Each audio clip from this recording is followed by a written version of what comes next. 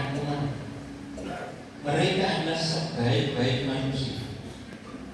Para sahabat itu sampai manusia ini.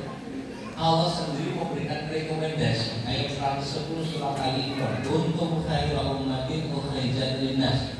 Kalian adalah umat terbaik yang ditampilkan di hadapan manusia, itu untuk diikuti di teladan. Atau lebih tegas lagi ayat 100 surat At-Taubah, perintah mengikuti para sahabat. Maka ini praktek terbaik sholat malam di bulan Ramadan berjamaah ke masjid sebulan penuh. Paham ya? Kita bisa belum terima gitu. Karena kalau pengamalnya para sahabat, masih ada sahabat-sahabat kabir, sahabat-sahabat senior terdekat dengan Rasul, hidup tidak ada yang mencari satu. Dan contohnya ada pada Nabi SAW. Nabi tidak melakukan tiap malam atau sampai 1 bulan penuh hanya karena alasan apa? Khawatir menjadi kewajiban. Ketika sudah ada kekhawatiran, dipraktekkan di masa Umar 1 bulan penuh bersama ini yang terjadi. Nah, ada pun wanita lebih baik sholat di rumah itu salah satu pendapat yang kita beberapa kali sudah sampaikan di sini. Pendapat yang lain, keutamaan sholat berjamaah di masjid itu umum, baik laki-laki maupun perempuan. Mungkin rinciannya tidak perlu saya ulangi, ya, bahwa masing-masing ada penjelasannya. Tapi yang pasti di masa Nabi, wanita juga ke masjid itu dia dan tidak diingkari dan tidak dicela.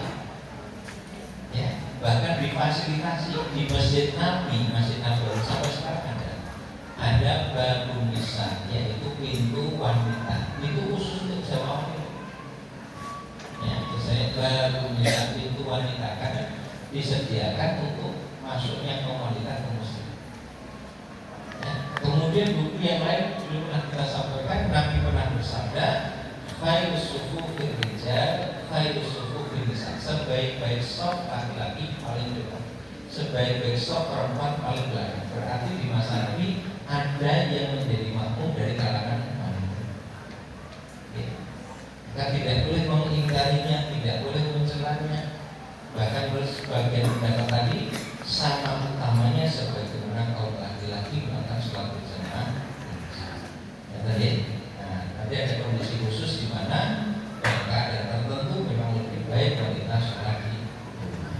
Ya, karena ada fitnah, kesibukan, kewajiban di rumah tangga yang harus lebih aulanya, lebih prioritas digunakan dan sebagainya. Atau ada anak kecil yang harus diasuh dengan baik, itu menjadi lebih baik dari rumah.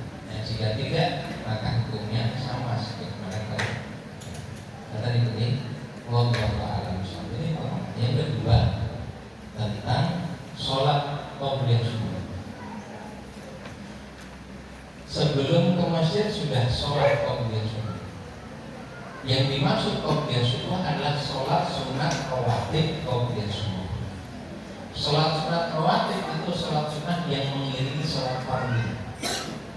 Dan dengan demikian sholat sunat rawatib itu dikerjakan ketika waktu sholat fardunya sudah masuk. Jadi kalau jenengan berniat melakukan sholat sunat qobliyah subuh atau sholat sunat rawatib qobliyah subuh, maka waktu subuh harus sudah masuk. Jadi bukan sebelum waktu sholat subuh, sudah masuk waktu subuh, sudah adzan dan berikut, jangan mengerjakan sholat sunat di rumah bagus. Dan Nabi bersabda, afdhalus sholatil mar'i fi baitihi illal maktubah. Sebaik-baik sholat seseorang itu di rumahnya kecuali sholat wajib. Sebaik-baik sholat seseorang itu di rumahnya kecuali sholat wajib. Umum sholat sunnah lebih baik di rumah kecuali sholat wajib, itu lebih baik di masjid. Walaupun nanti kondisi bisa berubah. Fikih itu begitu. Kondisi asal pokoknya begitu. Kondisi yang bisa mengubah itu seperti apa? Kalau jenengan ingin mendapatkan keutamaan sholat sunnahnya di rumah misalnya, tapi ternyata di rumah tidak cukup kondusif, seringkali malah rasiduh delalah ono tamu, delalah ngejak ngobrol, delalah ono handphone tidak jawab barang, masih di koma. Nah, kalau khawatir ada yang bisa menghalangi kita sholat di rumah, maka ya lebih utama di masjid sekalian, lebih kondusif untuk bisa merasakan. Baik, pertanyaan itu sudah sholat qobliyah subuh di rumah, kemudian berangkat sampai di masjid sholat tahiyatul masjid 2 rakaat, terus mau sholat lagi ini sholat apa? Qobliyahnya sudah. Kalau lihat ada orang sholat lagi, jangan kantor yang berlaku tanggal 10. Ini sholat apa? Nah, jadi kalau sholat tahiyatul atau dia belum sholat di rumah sehingga melakukan qobliyahnya di masjid, tahiyatul masjid, kemudian qobliyah, kemudian tahiyatul masjid boleh. Kalau waktunya terbatas, sudah pernah kita sampaikan juga, sudah mau koma, kalau 2 sholat dan dilaksanakan, maka lebih utama qobliyah sebelumnya ada sholat sunat fajar yang kedua tahiyatul masjid. Oke. Masih ada yang lain sih? Mohon maaf Ustaz, ini ada titipan pertanyaan.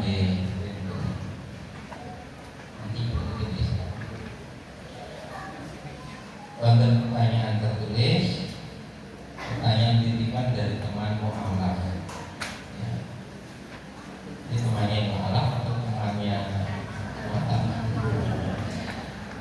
Nabi Muhammad SAW adalah Nabi terakhir yang saya disarankan sama umat. Kenapa besok kalau kiamat Nabi Isa yang turun ke bumi? Bukan Nabi Muhammad saja yang turun.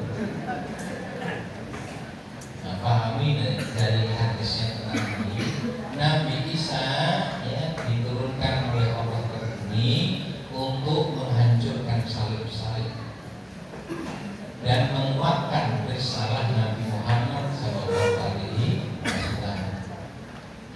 Dan Nabi Isa menjadi pengikutnya Nabi Muhammad SAW. Ini kalau dibaca utuh hadisnya kan sudah bisa. Jadi kenapa sampai diturunkan Isa? Karena banyak manusia yang kemudian mempertuhankannya, meyakini sebagai anak Allah dan sebagainya. Maka dia akan menjelaskan kebatilan kepercayaan itu, menghancurkan salib-salib dan menguatkan risalah Nabi Muhammad SAW. Saya jelaskan ini. Jadi mungkin karena belum betul dalam membaca hadis atau mendengar informasi benar. Kemudian untuk membaca. Assalamualaikum warahmatullahi wabarakatuh. Waalaikumsalam warahmatullahi wabarakatuh. Laporan itu menami banyak jatuh itu, namun kita sekilo sampun sakit menopombotan. Kali pun doa saat sampun belum sholat titik dengan kami di pembuka pun Pak Amun yang mengkala tanah angarakaan bahasa manusia.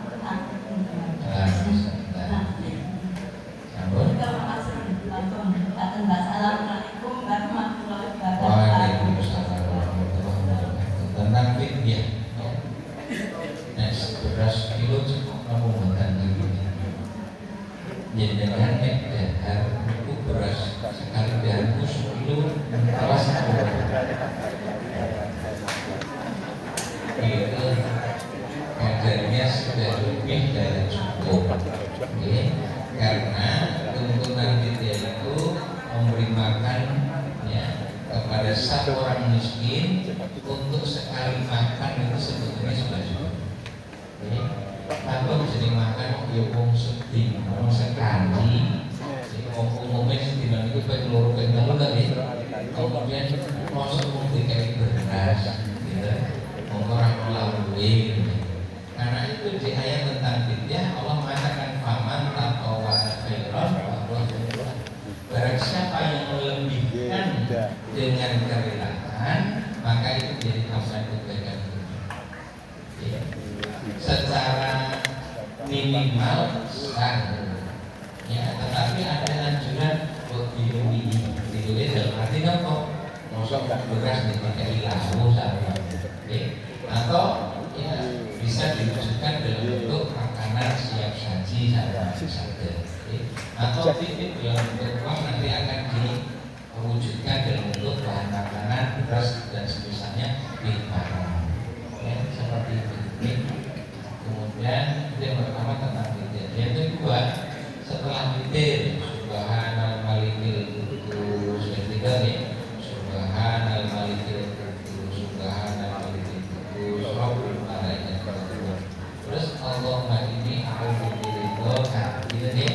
Allahumma inni, ya Allah sesungguhnya aku memohon perlindungan kepadamu biridhoka dengan keridhaan.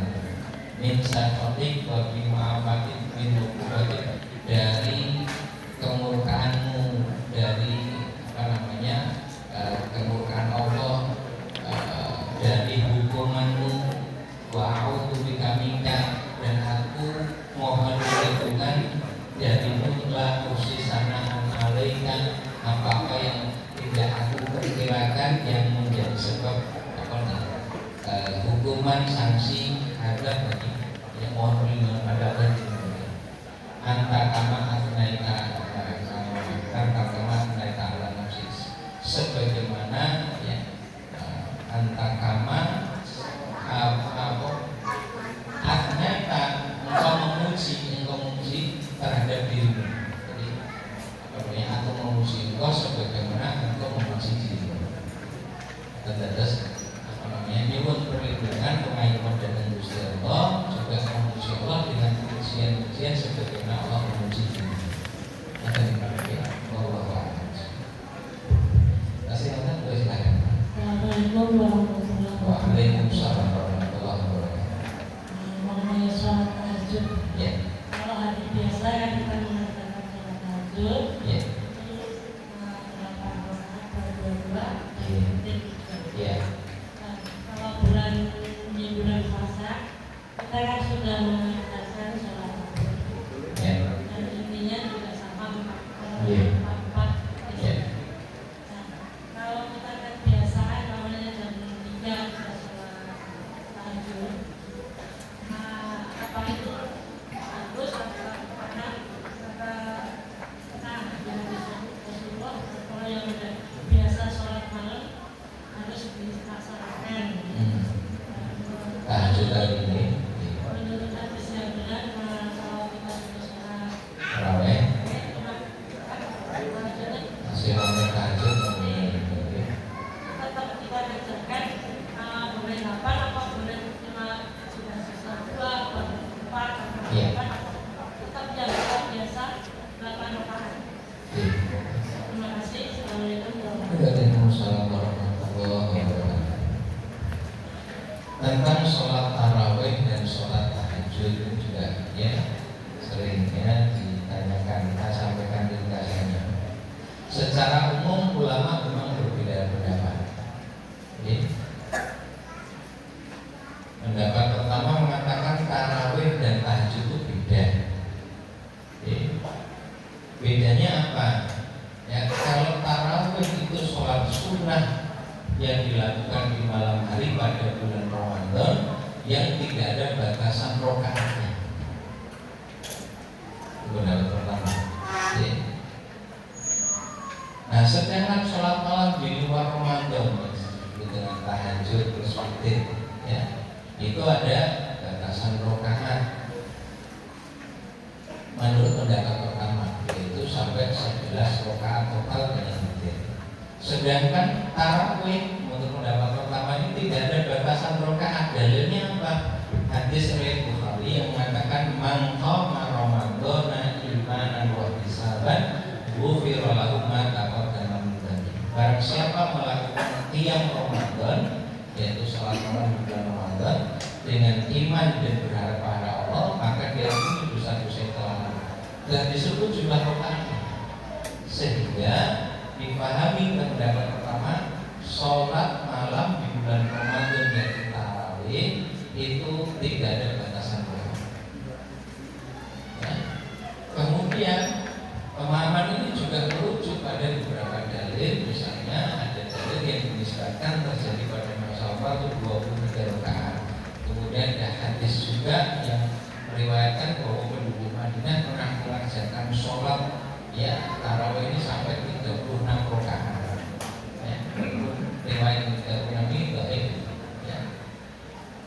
Nah ini pemahaman atau pendapat pertama. Sehingga kalau merujuk pada pendapat pertama sudah tarawih, nanti mau tahajud lagi silakan dengan dianggap 2 hari.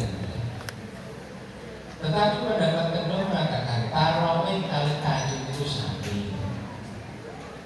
Ya, di antaranya ada Profesor Samsul Anwar itu majelis kaji pimpinan pusat Muhammadiyah menulis buku sholat tarawih ya dalam perspektif atau tinjauannya adalah fikih, usul fikih dan sejarah. Ya, jadi cukup banyak tuh tebal bukunya saya baca itu. Sampai di bagian kesimpulan sholat tarawih, sholat tahajud, qiyamul lail, sholat malam, qiyam Ramadan itu istilah yang berbeda-beda untuk maksud yang sama. Ini kesimpulan. Namanya berbeda-beda, tapi maksudnya sama, sholatnya itu sama. Dan ini didasarkan dalil yang cukup kuat, hadis riwayat Bukhari Muslim dari Aisyah. Ya, Aisyah mengatakan Rasulullah SAW melakukan sholat malam baik di bulan Ramadan maupun di luar Ramadan tidak lebih dari 11 rakaat. Perkataan baik di bulan Ramadan maupun di luar Ramadan itu menjadi petunjuk bahwa ini sama saja kondisi tarawih, tahajud, yang Ramadan, yang mulai sama. Dan jumlahnya kata Aisyah tidak lebih dari 11 rakaat. Tapi pendapat pertama tadi menggunakan hadis ini dengan pemahaman 11 rakaat ini witir. Di pemahamannya ini 11 rakaat ini adalah sholat witir maksimalnya 11 rakaat. Padahal Aisyah mengatakan Rasul makan sholat malam di bulan Ramadan maupun di bulan Ramadan tidak lebih dari 11 rakaat. Beliau kerjakan 4 rakaat, jangan tanya bagus dan lama yang bersolat. Lalu beliau kerjakan 4 rakaat lagi, jangan tanya bagus dan lama yang bersolat. Kemudian beliau witir 3 rakaat. Nah, menurut saya ya, pemahaman saya jelas perkataan Aisyah, kemudian beliau witir 3 rakaat. Witirnya yang 3 rakaat.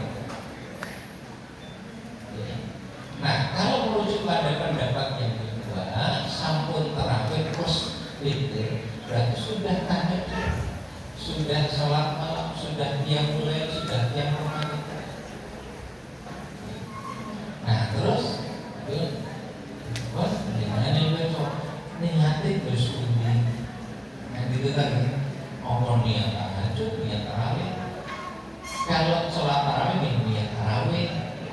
Dengan tahajud ya tahajud jenenge itu sing beda-beda ning sing dilakoni sana. Terus penamaannya kok iso beda-beda terus disebut dengan tahajud dari hajat dan tahajudan itu maknanya adalah sesuatu yang dilakukan setelah bangun tidur. Karena sholat ini biasanya dilakukan setelah tidur, walaupun tidur tidak jadi syarat. Ya, tapi biasanya lingkaran ini disebut yang mulai misalnya ya ayat musallin billahi la ilaha illa disebut yang mulai atau Nabi bersabda alaikum yang mulai dalam mengerjakan yang mulai. Disebut yang mulai yang itu artinya berdiri jumeneng.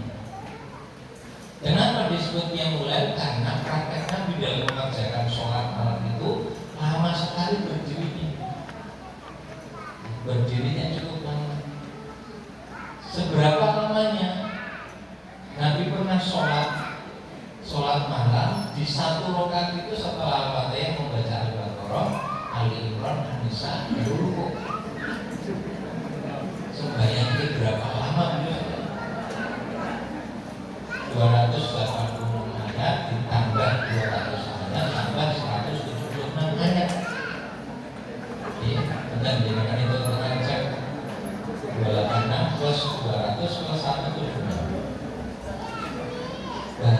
ruku. Lalu lamanya ruku dan lamanya sujud, kata Aisyah di hadis sahih riwayat Muslim, Rasul itu kalau ruku lamanya seperti kalian baca 50 ayat Quran. Nah, itulah kemudian disebut qiyamul lail karena lama begitu. Disebut dengan qiyam Ramadan. Ya, saya tulis tadi man qama Ramadan sampai makan qiyam Ramadan. Kenapa disebut qiyam Ramadan? Karena ini qiyamul lail yang dilaksanakan di bulan Ramadan setelah qiyam Ramadan. Berarti jadi podo jenenge beda-beda. Jadi jenengan mau niatnya tarawih boleh, mau niatnya Ramadan silakan, niat bertahajud juga boleh, sama kok istilahnya. Disebut tarawih itu apa? Makna tarawih itu santai, tidak raga susu. Ya. Karena melakukannya ya dengan santai. Santai itu bersebuti sampai ada riwayat penduduk Makkah. Ada satu riwayat satu saya baca di bukunya Syekh Muhammad Shalih Al-Munajjid. Ada riwayat penduduk Makkah dan itu ada yang melakukan sholat tarawih setelah sekitar mungkin 4 rakaat ya, setelah 4 rakaat dia harus tawaf. Ya, karena memang tawaf. Tawaf itu mengelilingi Ka'bah berapa kali? 7. Setelah tawaf lanjut oleh sholat lagi. Kan santai banget. Maka jangan boleh tarawih sudah dapat 4 rakaat misalnya terus wedangan mobil itu. Keluar dulu nanti balik lagi sholat boleh. Ini santai. Maka disitulah sudah sholat. Ada dulu. Oh boleh. Nah itu pernah sholat 2 rakaat, kemudian tidur, bangun lagi, ya setelah itu sholat lagi 2 rakaat, tidur lagi. Ini hadis riwayat Muslim. Bangun lagi, sholat lagi 2 rakaat, tidur lagi. Berarti tidak ada larangan kalau udah sholat tarawih, sholat tahajud lagi. Kalau katanya bangun jam 2. Dan tidak kalau itu kita mendapatkan 2 tarawih itu kita tahajud, tahajud itu tarawih. Sholat lagi ya sholat yang lain berarti sholat hajat misalnya, sholat taubat misalnya, sholat sunat wudu misalnya. Dan tahajud itu dilakukan dia tarawih kalau ikuti dan mereka dan dia kalau kita kedua tahajud juga boleh. Dan dia, nah saya tentu ke pendapat yang kedua. Jadi sholat tahajud, tarawih, yang Ramadan itu sama. Masih ada? Silakan.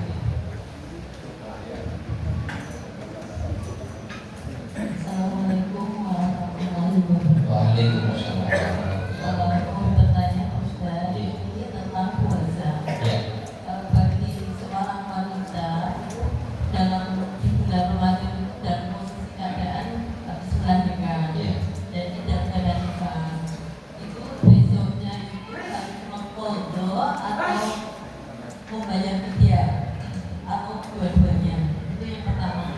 Yang kedua, ada juga misalkan di tahun kemarin dia tidak bisa puasa pun dan Ramadan karena belanja juga karena asinya tidak bisa dibayar. Padahal di saat bulan berikutnya belum sampai qadha sudah belanja lagi. Itu punya riwayat sudah. Terima kasih. Assalamualaikum warahmatullahi wabarakatuh. Yang ditiru di sahur terus.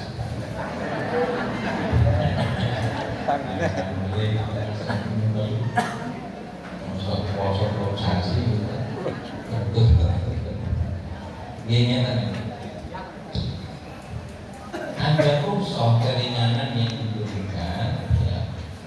Hukum asalnya, hukum dasarnya puasa di bulan Ramadan sepanjang bulan Ramadan itu wajibnya. Kutiba alaikum syiyam itu syahrul Ramadan pada bulan Ramadan. Lalu Allah memberitahukan faman kana minkum maridun aw ala safarin fa iddatun min ayyamin ukhra.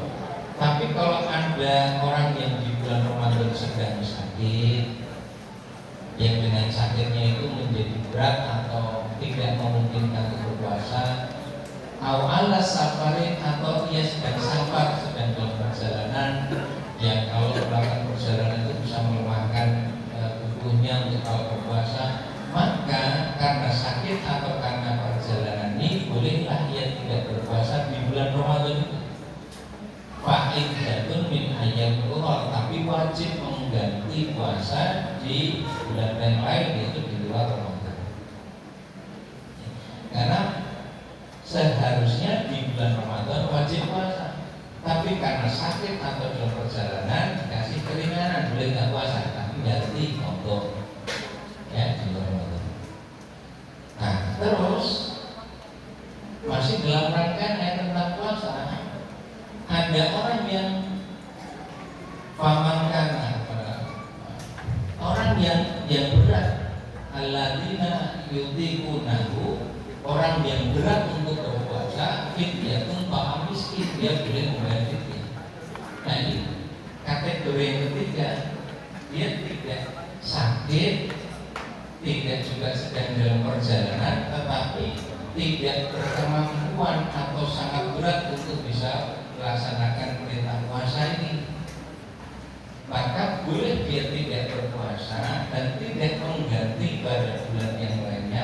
Apa kosong memang berat berpuasa, maka kewajibannya adalah membayar fidyah. Nah, problemnya adalah siapa yang masuk alladzina yutiqunahu, orang yang berat berpuasa di sopo, sehingga dia cukup bayar fidyah saja dan tidak mengganti atau tidak mengkodok puasa, memang tidak mampu. Satu, seluruh ulama sepakat orang yang sudah tua, sangat lanjut usia, sepuh, ya, dan puasa itu menjadi berat untuk dia tunaikan karena usianya sudah sepuh. Misalnya karena ada orang yang sepuh ya tetap kuat puasa gitu, tapi mungkin karena kesepuhannya, karena usia sepuh itu menjadikan dia tidak cukup kuat untuk berpuasa, ya, maka boleh tidak berpuasa dan cukup bayar fidyah. Seluruh ulama sepakat ya, usia lanjut ini tidak berpuasa dan cukup bayar fidyah. Yang kedua, batasannya umurnya dia harus masuk kategori alladzina yutiquna. Sebetulnya pokok masalahnya adalah tidak mampu atau berat untuk berpuasa karena usianya. Ya. Nah, karena itu tidak sekedar faktor lanjut usia, tetapi termasuk juga siapapun yang mungkin usianya belum lanjut tetapi berat untuk melakukan. Siapa ini? Orang yang sakit, yang sulit diharapkan kesembuhannya, yang kalau berpuasa bisa menambah parah penyakitnya. Dia masuk kategori cukup fidyah. Sakit yang sulit diharapkan kesembuhannya, yang kalau berpuasa bisa menambah parah penyakitnya. Nah, ini butuh konsultasi ahli dokter dalam. Kalau kondisi sakitnya seperti ini, dia masuk fidyah. Sakit yang sulit diharapkan kesembuhannya, yang sakitnya ini membuat dia tidak boleh berpuasa, sebab kalau puasa bisa parah dan bisa melahirkan jiwa. Untuk ini seluruh ulama sudah sepakat, seluruh ulama sepakat. Yang ketiga, wanita hamil dan menyusui. Di sini mulai ada perbedaan pendapat yang ditanyakan. Ya. Wanita hamil dan menyusui. Kenapa muncul perbedaan pendapat untuk wanita hamil dan menyusui? Karena wanita hamil dan menyusui itu masuk kategori mana? Pendapat pertama mengatakan dia dimasukkan kategori orang sakit. Pamangkan minggu marido. Kalau masuk kategori orang sakit, ya berarti harus mengkodok. Ya. Tapi sebagian yang lain mengatakan dia tidak masuk kategori sakit, tetapi masuk alladzina yutiqunahu, yang berat untuk berpuasa. Sehingga cukup itu saja. Nah, muncul perbedaan dalam ini masuk klasifikasi yang mana, kategori mana. Ya. Nah, ini cukup panjang penjelasannya. Tetapi begini, seandainya dia masuk kategori yang wajib membayar puasa di luar Ramadan, kodok misalnya,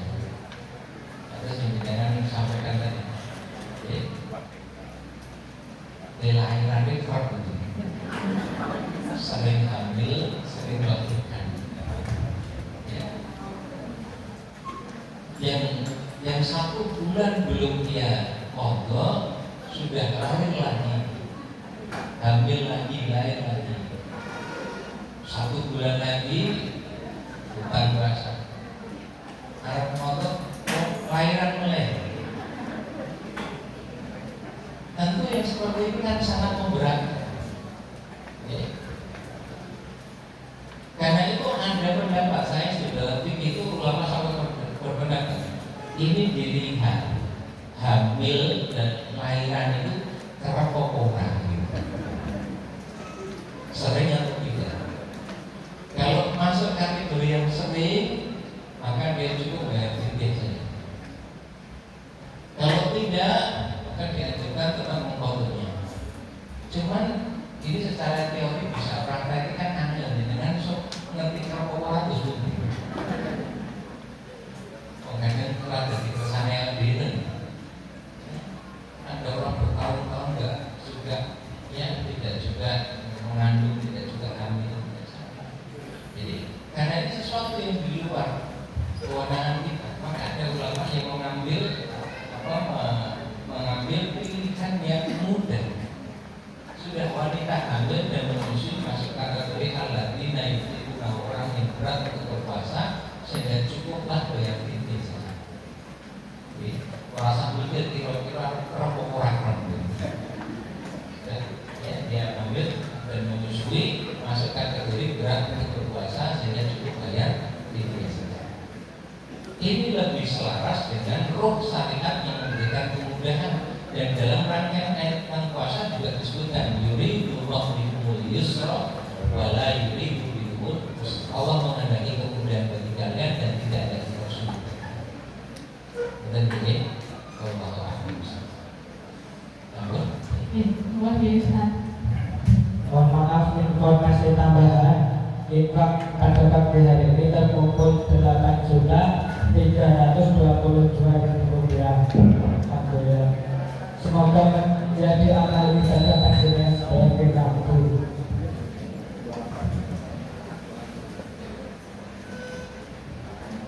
Terima kasih banyak kepada Ustaz Fikri Julianto atas waktunya. Semoga bermanfaat dan menambah ilmu pengetahuan kita. Selanjutnya acara penutup dan doa Ustaz Fikri Julianto. Kami yang selaku MC yang mengucapkan mohon maaf yang sebesar-besarnya dalam membawakan acara pada pagi hari ini kurang berkenan di hati para ibu sekalian. Cukup sekian dari saya. Bila taufiq hidayah. Wassalamualaikum warahmatullahi wabarakatuh. Baik, semua yang dirahmati Allah Subhanahu wa Ta'ala, mari kita berdoa dengan doa. Mumpung masih keadaan siang, masih dalam keadaan berpuasa, Nabi bersabda akan dikabulkan doa seseorang setelah dia berpuasa. Di hadis yang lain, ketika dia berbuka pada saat berpuasa sudah detik berbuka waktu dan kondisi yang mustajab. Secara umum untuk kita semua sama ilmu dan Gusti Allah memegang garis kapitan doa kami. Kemudian secara khusus ada permohonan untuk didoakan Ibu Suhartini di Purwobandia. Ya. Semoga segera sembuh, sehat walafiat, bisa menjalankan kewajiban seperti biasanya. Amin. Ibu Ngabila semoga diberi kesembuhan dan bisa beraktivitas seperti biasanya. Ini kan memikirkan mungkin hari yang sabar, sembuh dan sehat kembali. Alhamdulillahirabbil alamin, hamdan syakirin, hamdan na'imin, hamdan yuwafi ni'amah wa yukafi'u mazidah. Ya Rabbana lakal hamdu kama yanbaghi li jalali wajhika wa 'azimi sultanik. Allahumma shalli ala nabiyyika wa rasulika wa habibika Muhammadin wa ala alihi wa ashabihi ajma'in bi rahmatika ya Allah ya arhamar rahimin. Allahumma inna nas'aluka bi anna nashhadu annaka Allah la ilaha illa anta al-ahadus samad alladzi lam yalid wa lam yulad wa lam yakul lahu kufuwan ahad. Rabbana zalamna anfusana wa illam taghfir lana wa tarhamna lanakunanna minal khasirin. Rabbana la tu'akhidna in nasina aw akhtana. Rabbana wa la tahmil 'alaina isran kama hamaltahu 'ala alladziina min qablina. Rabbana wa la tuhammilna ma la taqata lana bih wa'fu 'anna waghfir lana warhamna anta maulana fansurna 'alal qaumil kafirin. Ya Allah ya Ghafur, wahai Allah yang Maha Pengampun, ampuni dosa-dosa dan kesalahan kami. Ya Allah, kami bersyukur kepadamu Engkau sampaikan kami di bulan Ramadan yang penuh dengan kemuliaan ini.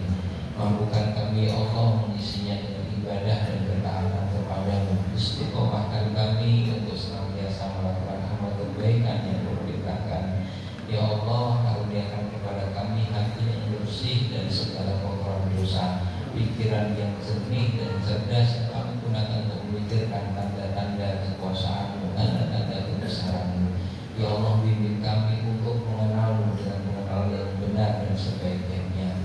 Mampukan kami untuk mengenal diri kami sebagai hamba-Mu semata. Mampukan kami untuk menetapi kehidupan ini dengan ketaatan dan kepatuhan hanya kepada-Mu.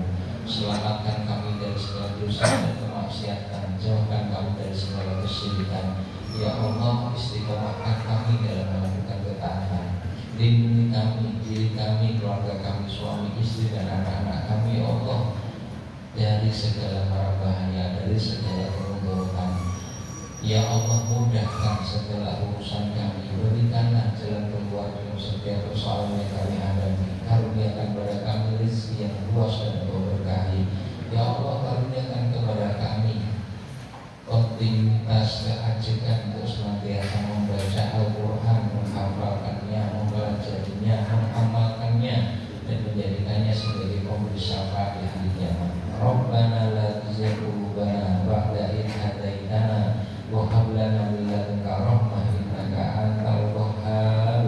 Rabbana atina fid dunya hasanah wa fil akhirati hasanah wa qina adzabannar. Wa sallallahu ala nabiyyina Muhammadin wa ala alihi wa ashabihi ajma'in bi rahmatika ya Allah ya arhamar rahimin. Rabbana taqabbal minna innaka antas samiul alim wa tub 'alaina innaka antat tawwabur rahim. Subhana rabbika rabbil izzati 'amma yasifun wa salamun 'alal mursalin walhamdulillahi rabbil alamin. Subhanakallahumma wa bihamdika asyhadu an la ilaha illa anta astaghfiruka wa atubu ilaik. Alhamdulillahirabbil alamin. Assalamualaikum warahmatullahi wabarakatuh.